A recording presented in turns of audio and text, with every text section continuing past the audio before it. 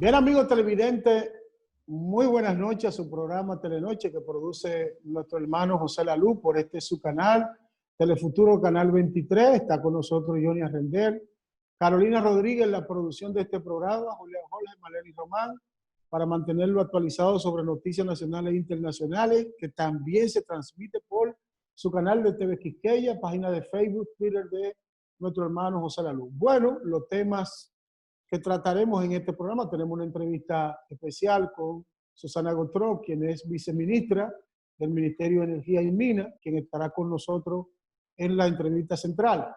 Bueno, el tema del coronavirus, que es lo que siempre le estamos dando seguimiento.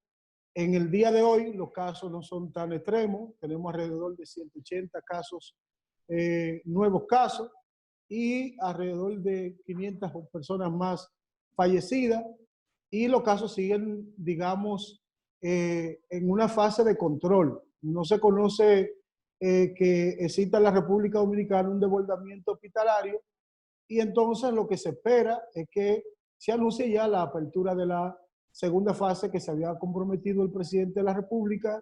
Ya hicimos la primera, todavía no se ha anunciado con formalidad el tema de la segunda y quiénes tienen que estar dentro de esa apertura, hermano Johnny. Mira, me llama mucho la atención en el boletín. Hemos rebasado ya la barrera psicológica de 500 fallecidos. Sí. Y continúa, bueno, Susana hablará del asunto de las pruebas y cómo evoluciona. Pero sí he visto como un indicador bastante positivo y que hay que darle seguimiento el nivel de recuperados que tenemos, que son más de 11.000, acercándose a los 12.000 recuperados. O sea, llevamos un buen ritmo de personas que han logrado superar la enfermedad. Y ojalá que, bueno, próximamente tendremos entrevistas con lo que tiene que ver con el suero convaleciente, que se ha aplicado en otros países. Y Cuba, por ejemplo, también ha desarrollado eso. Porque realmente, con la cantidad de recuperados que tenemos, eso quiere decir que aunque la inmunidad de rebaño está lejos, porque los países donde ha hecho pico o ha hecho una crisis verdaderamente intensa, como Gran Bretaña, España e Italia, no ha, el índice de personas infectadas está entre 1 y 5, y en los lugares más extremos aún no llega a un 10%. O sea que la inmunidad de rebaño en sí, para que se aproxime desde un 40 a un 70%, todavía está lejos. Pero quiere decir que la República Dominicana, la población ha tenido una gran capacidad de superar lo que es el COVID-19. Bueno, eso es lo importante, que decimos que existen dos condiciones que nunca son favorables. No hay vacuna y todavía la población no tiene la inmunidad. Y por tanto, independientemente de cómo se vayan abriendo la fase, hay que hacerlo con cuidado. Hay que hacerlo con cuidado. La población está tomando conciencia independientemente de lo que se esté haciendo. Veo en la calle que la gente utiliza su mascarilla, Johnny, y veo en algunos supermercados y instituciones que sí están tomando la medida correspondiente del protocolo de salud. Quizá eso siga ayudando. Los casos, porque tenemos una efectividad entre 18.5 y 19, es decir, de cada 100 personas que se le hacen análisis, 18 y 19 están saliendo positivos. Antes era un 20, pero aún sigue siendo elevado. Cuando digo que sigue siendo elevado, es porque mientras más pruebas tú aplicas, vas a tener más casos, si sigue siendo 18, si sigue siendo 19. Mira, la población dominicana nunca estará de más llamarle la atención y recordarle que deben ser consecuentes, que deben ser previsores, que deben ser conscientes de que la enfermedad está circulando y se transmite básicamente por no guardar la medida de distanciamiento social. Uno, de 1 metro a 1,5 metros de distancia, usar las mascarillas, que más que para protegerte tú, es para proteger al otro, pero si todo el mundo la usa, no habrá una difusión.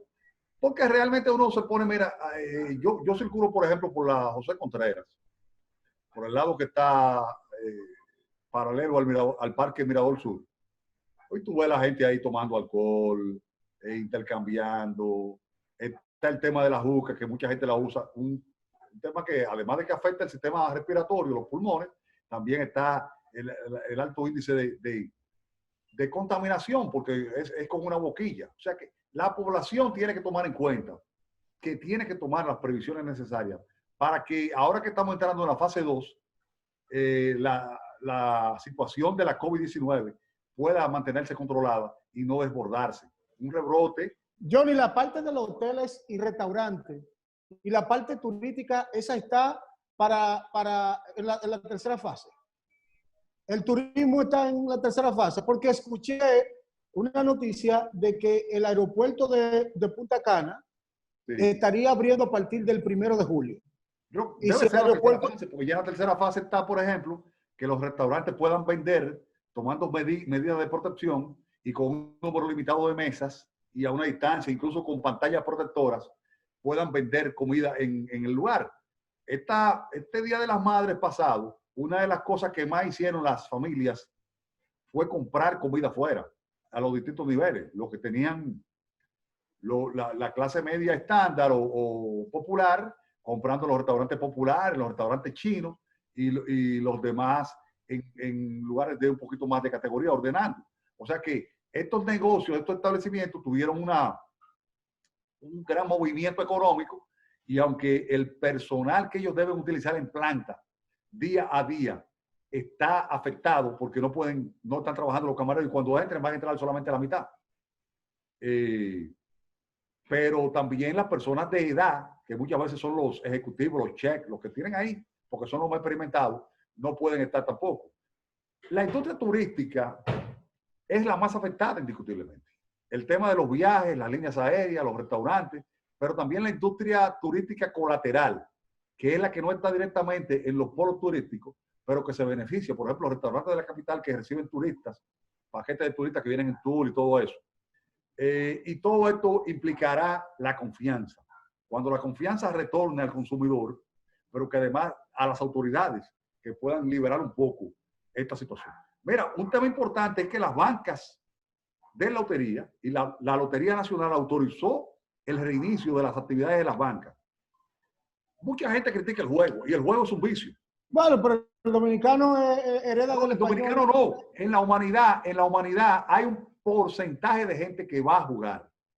El juego lo que tiene que estar regulado, pero va a haber un porcentaje de gente que va a jugar. En España tienen la ONCE, la Organización de Ciegos, y la ONCE es la que maneja todas las loterías, tanto el Fracatán, la lotería instantánea, como las loterías transmitidas. Y con eso es que sacan los fondos para que Johnny, los menos válidos. Mira, hablando de lotería, vamos a una pausa y en breve retornamos con nuestra entrevista central con Susana Gotró. Ah, perfecto.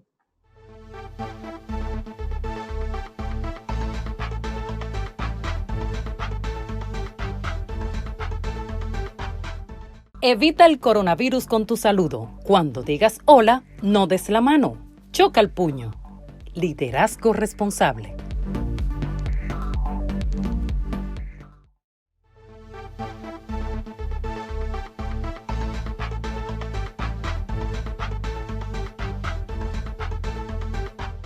Bien, amigos televidentes, de regreso a su programa Telenoche.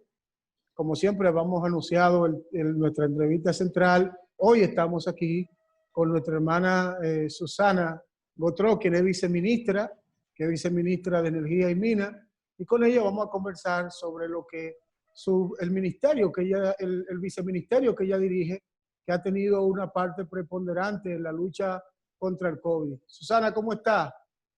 ¿Cómo estás, Johnny? ¿Cómo estás, Feli? Carolina, y bueno, sabemos que José La Luz está en otras tareas más imposible de desatender.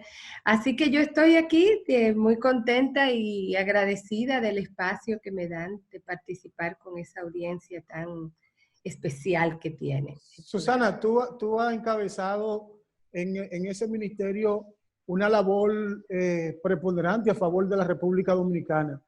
¿En qué consiste la gestión de tu viceministerio para la lucha contra el COVID?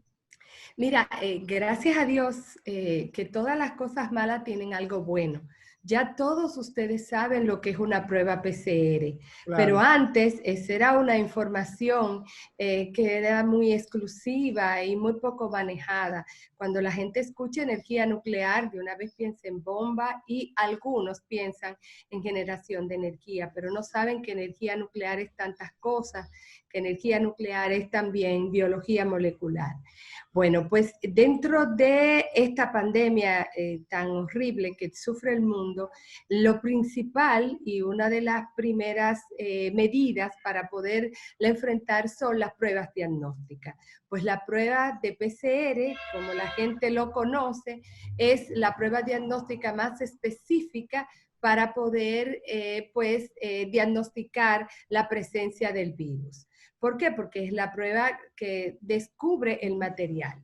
Ustedes conocen las pruebas rápidas que son de antígenos. Bueno, esas no son pruebas tan específicas, ni tan sensibles, ni tan precoces, porque inmediatamente entra el virus por alguna de las ventanas de infección del ser humano, a través de las pruebas PCR se pueden diagnosticar. Pues en virtud de el relacionamiento que tiene el Viceministerio de Energía Nuclear con el Organismo Internacional de Energía Atómica, nosotros diligenciamos en tiempo récord, fuimos el primer país del mundo de todos los asociados que hizo un requerimiento a través de mi persona, de una posición que tengo para relacionarme con ellos, que es auxiliar del oficial nacional de enlace, que es la autoridad país, que es el ministro.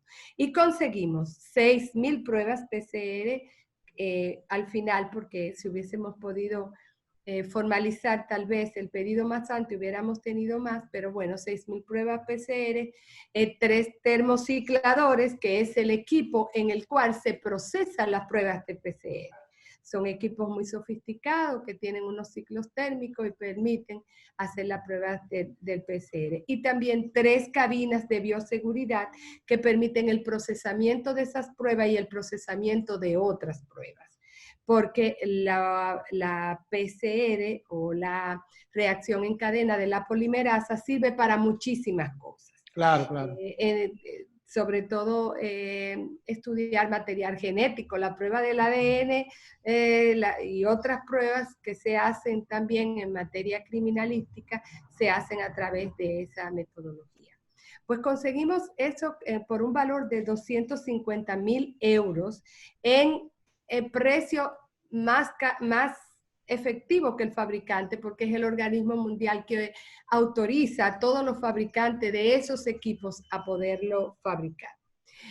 También nosotros queremos resaltar el uso de las técnicas nucleares para hacer el diagnóstico diferencial. Ustedes saben que el gran problema es que no hay suficiente muestras en el mundo. Bueno, pues a través de un rayo X, a través de una tomografía computarizada, los médicos en el triaje, que ya también la gente sabe que triaje es como ese reconocimiento preliminar que se hace para decidir si un enfermo puede resistir o enfrentar la enfermedad deambulando o en su casa confinado, o debe ir a un internamiento, o debe ir a un cuarto de UCI, o tiene que ir obligatoriamente a usar un ventilador. Pues en ese triaje, si usted no tiene la prueba, a través de otros marcadores biológicos y a través de la tomografía, usted puede encontrar hallazgos en los pulmones, que es sobre todo uno de los órganos primarios de compromiso, que son cuadros muy claros que te pueden decir, junto con otros marcadores biológicos, este individuo está bajo un proceso de COVID, aún estando asintomático, porque hay compromisos que aunque el cuerpo humano no lo sienta, porque hay otras comorbilidades, por ejemplo, los pacientes que están bajo cánceres y otros, eso te permite pues diagnosticar y empezar la terapia medicamentosa temprana, porque el COVID tiene una situación, y es que si tú lo atiendes y le das seguimiento temprano, la morbilidad o la letalidad o la mortalidad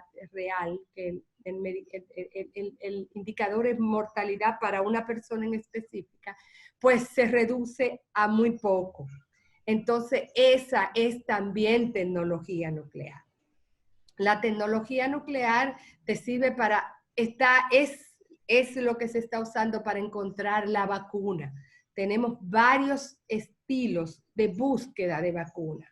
Una es tratando de utilizar el mismo virus ya debilitado, otra es preñando uno de esos virus con otro material, otro genoma o un virus cualquiera con el genoma del coronavirus, sobre todo en las regiones que sabemos que produce inmunidad, y otra es estudiando la proteína del virus, que es un material activo orgánico que está en todos los virus, del material más infeccioso del virus. Eso también es energía nuclear, también es tema nuclear. Susana, Sí.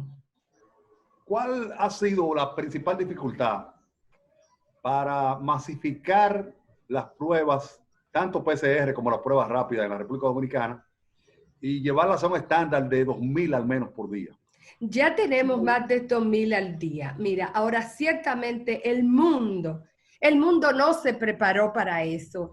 Y yo te lo digo porque yo soy una viceministra. Yo no soy ni bióloga ni nada, pero yo pude advertir. Yo inmediatamente salió el primer caso que yo empecé a ver qué había dentro de mi área de influencia. Y yo hice la solicitud al organismo. Primero que ningún país, eso es una cosa increíble, que una media isla, ya usted ve, el aporte nos lo dio Estados Unidos, con un aporte adicional que hizo.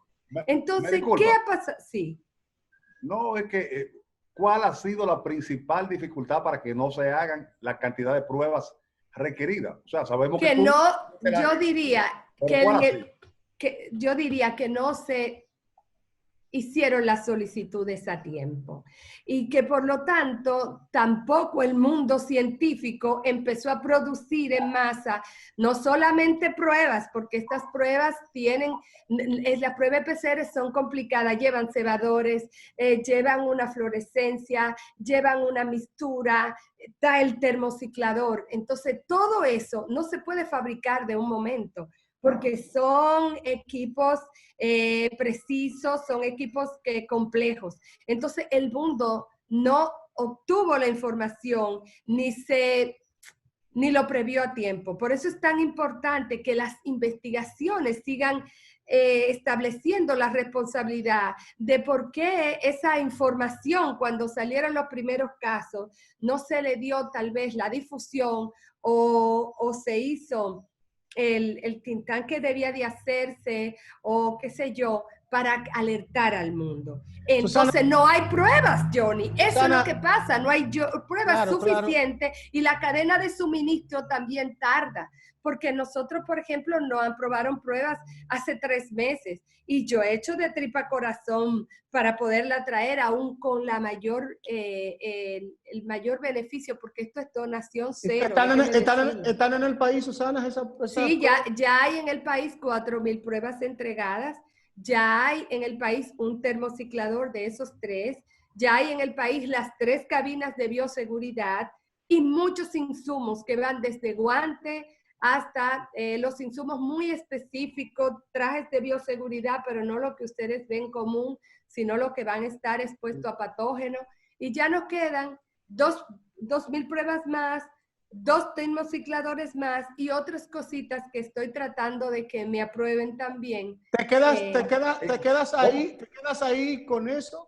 ¿O estás gestionando en otra área? Estamos gestionando también a otra agencia, una agencia rusa que se llama Rosatom, que es enorme, bien enorme, y ya estamos tramitando el pedido a Rosatom, que incluye entonces ya otros equipos que aunque no son tecnología nuclear, son coincidentes, como son los respiradores, y las unidades de UCI específicas para pacientes que se inmunocomprometen a nivel ya muy profundo. ¿Hay un estimado del posible subregistro?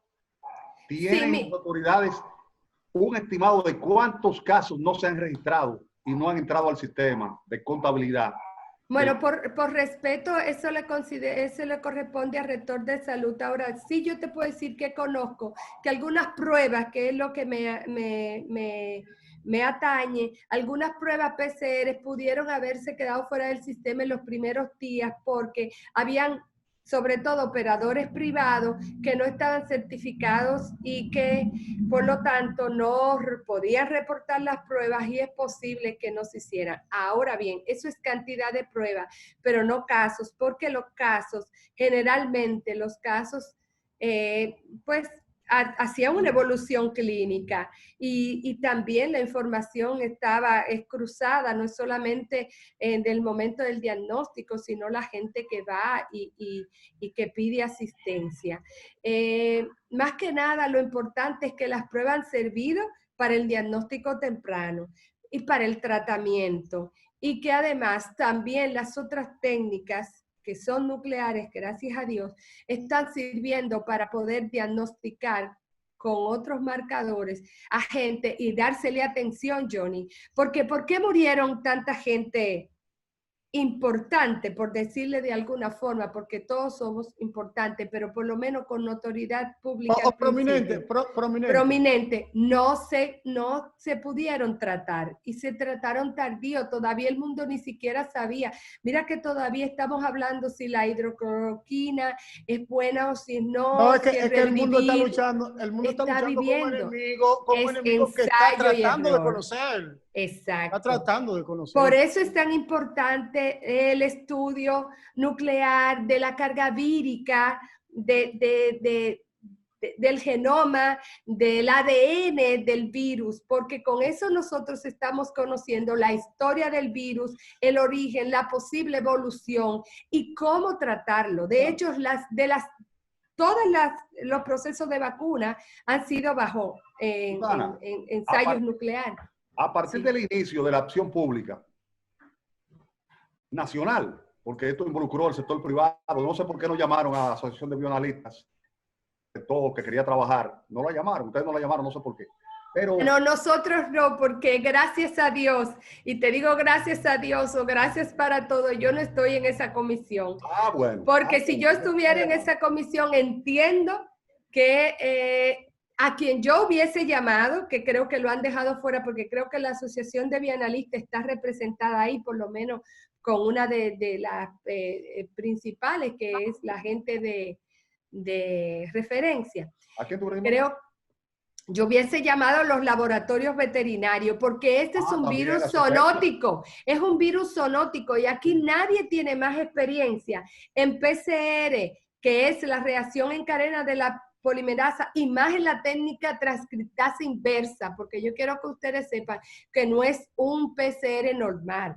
El virus, el coronavirus, solo tiene ARN, que es monocatenario, o sea, una cadena. Hay que convertirlo a tener ADNs que tiene doble cadena para poder investigarlo. ¿Y quiénes trabajan con eso? El laboratorio veterinario, sobre todo el laboratorio veterinario central, que es un órgano público dependiendo de el Ministerio de Agricultura y de la Dirección de Ganadería, que hace años que está haciendo estudios de PCR aquí. Entonces yo creo, y en todos los países han integrado los laboratorios veterinarios, porque es un virus zoonótico. Excelente. Claro, ellos tienen mucho más información. Es un virus que primero surgió en animales y luego saltó al hombre. Saltó al hombre. Lo que no sabemos si fue en sopa, si fue en murciélago, si fue culebra con murciélago, si fue un besito o una... Pero que fue ahí. Susana, ¿podemos entrar en política, Susana? Claro. A partir de ahí, ¿qué tenemos como avance en materia de transferencia tecnológica, de capacitación y de habilitación de equipos en la República Dominicana a partir del inicio de la pandemia? Oye, tenemos un personal capacitado ya.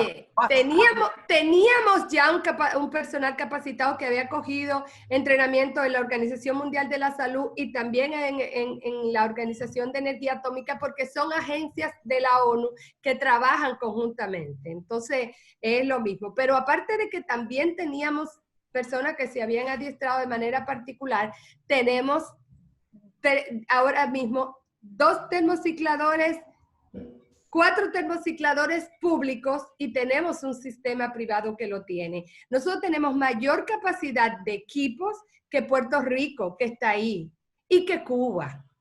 Entonces, Claro. tenemos además una oferta del organismo de venir a hacer un adiestramiento masivo y específico para PCR y para otras Bueno, pruebas Susana, moleculares. esas cosas van a ser sumamente necesarias porque Nosotros estamos avanzados, ¿eh? Nosotros estamos avanzados. Mira, con el COVID hay 2 razones.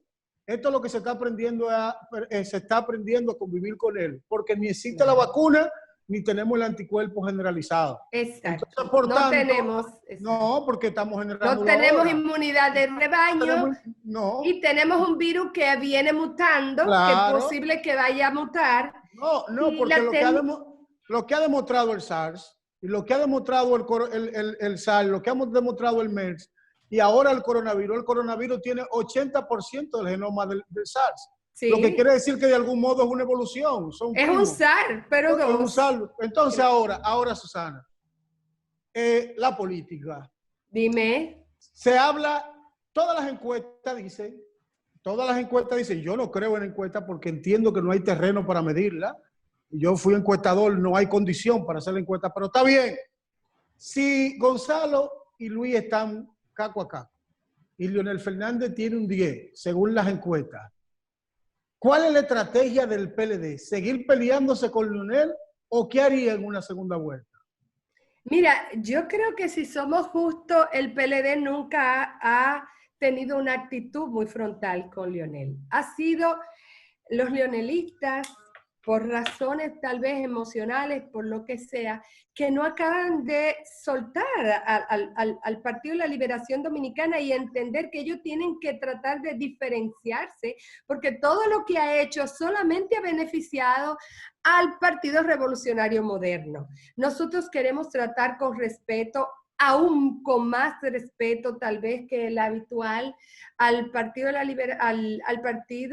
de la Fuerza del Pueblo, porque sabemos que ahí hay muchos hermanos y que hay mucha gente ahí, te lo digo porque todos en algún momento fuimos leonelistas, todos, porque Leonel fue pues nuestra primera oferta ganable, vamos a decir así, y sabemos que hay sentimientos que no se pueden olvidar. Y que nosotros sabemos que ellos se van a sentir mucho más cercanos de nosotros. El adversario de nosotros es el PRM y también ellos lo demuestran porque ellos viven hablando de Gonzalo, a la vez que son nuestros adversarios, son nuestros mayores promotores. O sea, ya ellos no mencionan casi a Luis Abinader, ellos solamente mencionan a Gonzalo y lo entendemos, es que Gonzalo le ha roto los huevos dentro de la funda. O sea, él pasó de ser un candidato que ellos decían que no era capaz ni de hablar ni de hacer nada, a hacer como nadie ha hecho en esta situación. Ninguno de los candidatos puede exhibir ni remotamente el nivel ejecutivo que tiene Gonzalo. Y bueno, pues ahora también está hablando poco porque no es un hombre muy hablador, pero bien y preciso. Entonces, nada, nuestra lucha es seguir posesionando a Gonzalo, ni siquiera es adversarial con el Partido Revolucionario Moderno. Ellos están entrampados en ese espíritu de contienda. Susana, llega las elecciones, hay segunda vuelta, faltan 10 puntos y los 10 puntos los tiene Leonel Fernández. Tú me dices a mí lo que tú entiendes. O sea, sí. Ahora yo digo, yo no quiero ser candidato solamente, yo quiero ser presidente y eso lo estará pensando Gonzalo Castillo. Claro. Entonces, ante una estrategia de confrontación que se ha tenido, sea de aquí para allá o de allá para acá, de los choques, ¿cuál es finalmente la estrategia? Mira, no hay una, Johnny. Te lo digo a ti porque tú sabes. No hay una declaración de Gonzalo en contra de Leonel, ni siquiera que sugiere a Leonel. O sea, él siempre ha estado claro Inclusive en los momentos más álgidos, la situación la llevó el partido como partido y el presidente del partido, a excepción de la pela de lengua que nosotros vimos que le dio Danilo porque, cónchale, ese día él quería decirle lo que él quería decir. Un puntito ahí antes de la pausa. Sí. Entonces, tú dirías que algunos dinosaurios tradicionales del PLD son como perros de presa, como Felucho Jiménez. No. Yo diría que ellos tienen la autoridad moral e histórica para responderle a Leonel Fernández y han tenido mucha trayectoria juntos. Entonces ellos son miembros del comité político, pero vamos a decir que la campaña, vamos a decir que la línea partidaria no es confrontar con nadie, ni siquiera con el Partido Revolucionario Moderno, pero menos con Leonel Fernández, porque Leonel Fernández tiene... Y yo sabía que iba a pasar así personalmente. Ha habido una polarización muy grande. Leonel jugó a eso porque hizo mucha causa común con el PRM y no aprovechó el tiempo para establecer una visión diferenciadora. Cuando se montó en el CEBAN, oye, les pitaron los oídos a todos los PLDistas. O sea, el día que él no había ni renunciado en su alocución aquella, desafortunada y triste para mí, él dijo, se van, vamos a desalojarlo del gobierno. Y entonces eligió que su adversario era solamente, y pensó que podía crecer, vamos a decir, dentro del mercado del Partido de la Liberación Dominicana. Y le dio cancha abierta, hizo causa con el PRM, que lo maltrató, porque la noche, y te lo digo personalmente, que escuché a Luis en el programa aquel, que fue decir, no lo vamos a necesitar. Yo dije, la verdad que es de una torpeza y una desconsideración política enorme, porque nosotros nunca dijimos eso, por lo menos los voceros oficiales, nunca dijimos que se fue Leonel con 3 gatos, no. Sí dijimos, no es un rompimiento, es un desprendimiento y oye, y de alguna forma expresamos nuestro pesar. Esos 10 puntos no son de Leonel. Bueno, finalmente. Son seguidores de Leonel. Ni siquiera los puntos de Gonzalo son solamente de Gonzalo. Susana. Los seguidores tienen cabeza propia. Muchas gracias por tu participación en este programa. Pero ya me mataron. ¿Y cómo es esto? No puede ser posible. Pues son 5 minutos que me han dado. Duran 2 años para invitarme y me hacen Susana, 5 minutos. 20 tiene, pero tú eres la dueña de este programa. Vamos a una pausa y luego retornamos con Susana.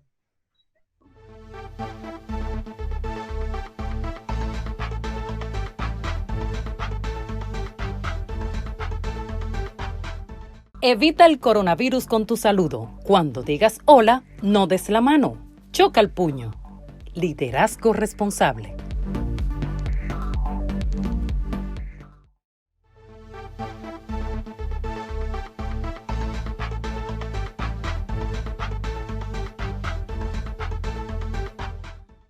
Bien, amigos televidentes, de regreso a su programa Telenoche. En esta ocasión, en el anterior, en el pasado segmento, Susana participó como nosotros como entrevistada, pero ahora ella va a entrar a ser parte del panel. Bueno, miren, lo que está sucediendo en Estados Unidos es algo que nosotros tenemos que darle seguimiento. Uno se pone como a resoñar sobre la política marxista, sobre la izquierda, sobre los anuncios, porque a mí esto me parece como un poco lo que han leído la historia alemana en la República del Weimar del año de 1930, cuando se perseguía a los judíos, aquella convulsión de crear el estado de bienestar, la época por qué surgió Adolf Hitler. Y Donald Trump en Estados Unidos, y lo dijo Fox News, que lo estaba apoyando siempre, no se ha comportado como un jefe de Estado. En Estados Unidos hay un resentimiento, una ciudad que es un país que cuando tú llegas tú te das cuenta que hay una diferencia racial. De hecho, la muerte de Martin Luther King, de otras personalidades, lo que se ve a diario en sectores populares de Estados Unidos, y uno tiene que recordar que la llegada de Barack Obama, que yo lo dije siempre, que a mí me preocupaba, porque antes de eso los republicanos tenían otro sentido sobre el equilibrio de la política norteamericana. Recuerden ustedes a George Bush. ¿Qué hizo George Bush? Colocó en las Fuerzas Armadas nada más y nada menos que a un halcón negro, pero un hombre con una tremenda capacidad. ¿Qué hizo? Bueno, también colocó en el ministerio, el mayor ministerio, coloca a Colin Powell en las Fuerzas Armadas y coloca a Condoleezza Rice como secretaria de Estado. Entonces coloca un equilibrio de poder, que ese equilibrio de poder logra, y no seamos tontos, que un negro pudiera ser presidente, porque de los 3 poderes importantes que tenía Estados Unidos, 2 lo tenían personas de color, una mujer y un hombre, que de hecho a Colin Powell se le entregó el único militar después de Truman que tenía 4 estrellas. Es algo impresionante. Entonces, después de Eisenhower, ¿qué ha pasado en Estados Unidos? Yo lo dije ayer, ¿qué hizo Chávez en Venezuela? Chávez enfrentó a los pobres con los ricos. Chávez cometió el error que nunca una persona debía hacer. Donald Trump enfrentó la raza blanca contra los latinos, contra los negros, lo enfrentó contra todo el mundo. Y ese resentimiento, esa ira acumulada, la está cobrando hoy Donald Trump. Eso se me parece al Weimar, a Primavera Árabe, a muchas cosas. De que Estados Unidos, que tiene una pandemia, Susana, que tiene 10 millones de niños, según UNICEF, pasando hambre por el tema de las escuelas cerradas, que no hay mecanismo de llevarle alimentos, etcétera, etcétera. Calor, pandemia, muchísimas cosas, choque con Irak, choque con China. Donald Trump ha aislado a Estados Unidos y a mí, de manera particular, me preocupa la estabilidad de la primera nación económica de la que dependemos nosotros en muchas cosas. Ha ahondado las diferencias como nadie, claro, porque él se montó sobre un discurso racial. O sea, la propuesta que hizo Trump fue simplemente, así como tú dices, exacerbar esa herida que había en la sociedad norteamericana y valerse de ello, pero no solamente de los blancos, de cualquier blanco, de los blancos menos estudiados.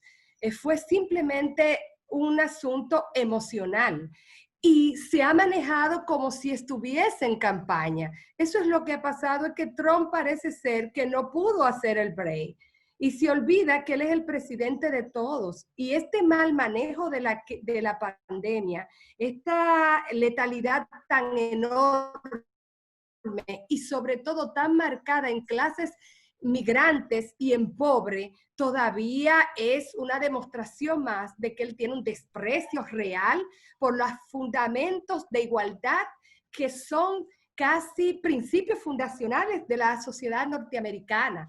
Realmente hemos visto cómo se ha deteriorado ese pensamiento de que el ser humano es el centro de respeto a los derechos humanos. Hay una investigación fuerte, y se lo voy a decir, que cuando pase esta pandemia, de cómo se hacía triaje para elegir a unos y a otros.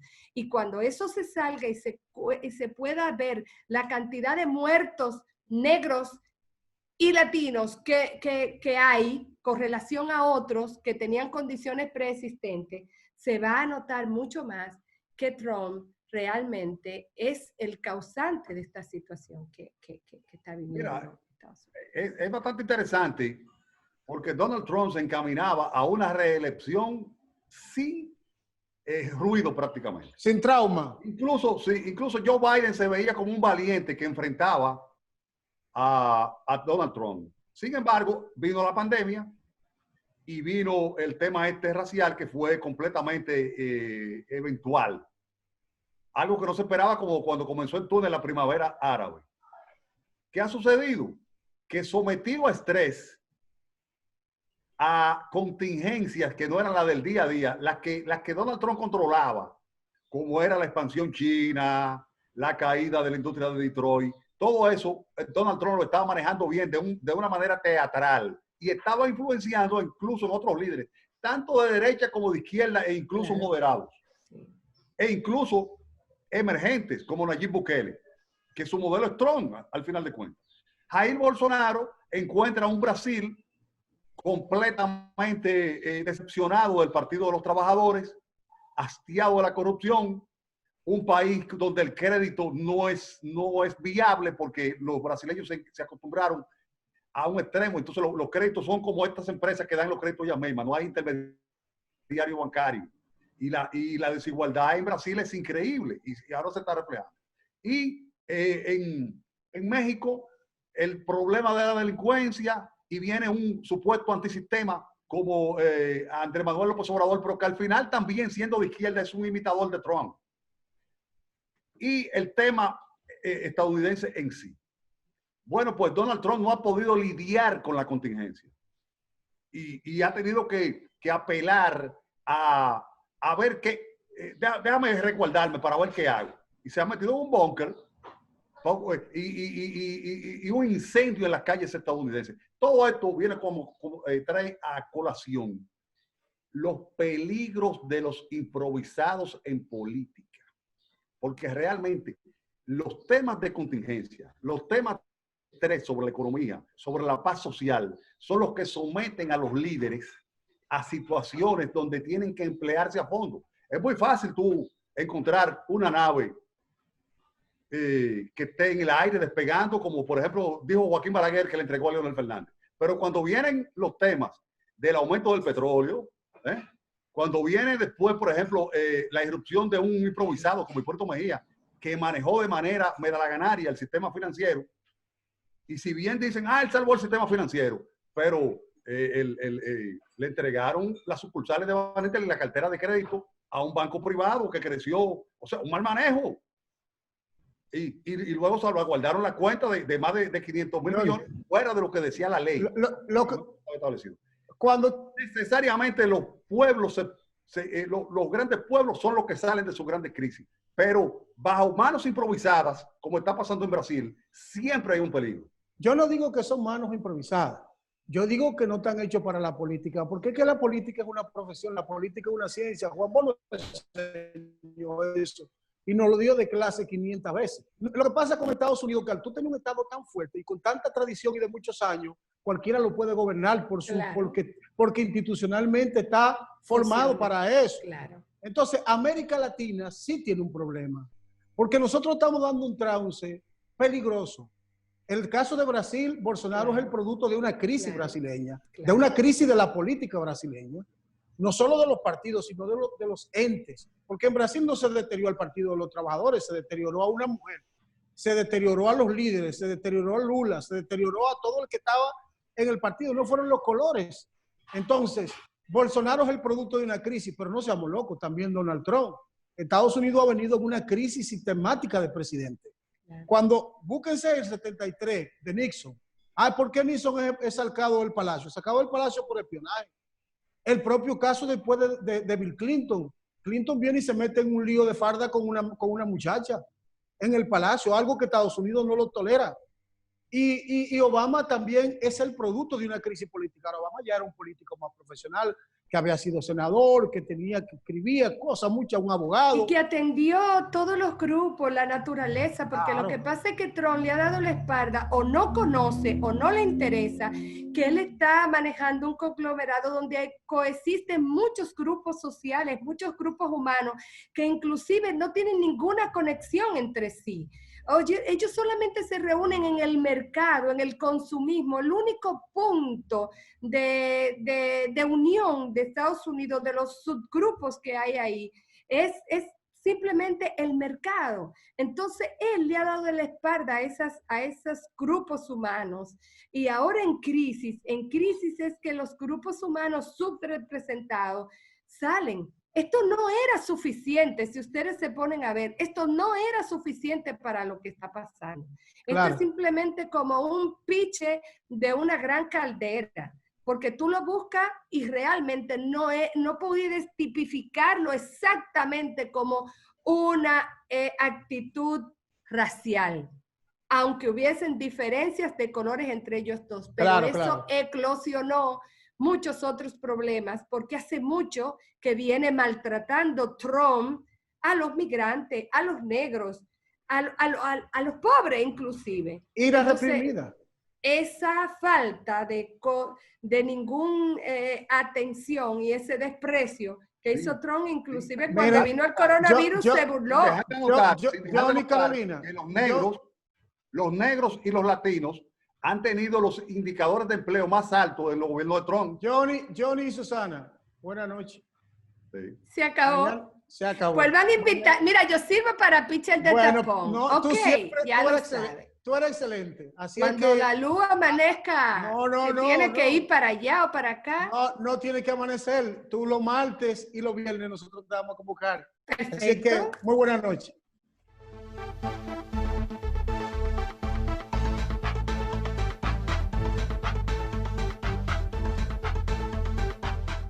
Evita el coronavirus con tu saludo. Cuando digas hola, no des la mano. Choca el puño. Liderazgo responsable.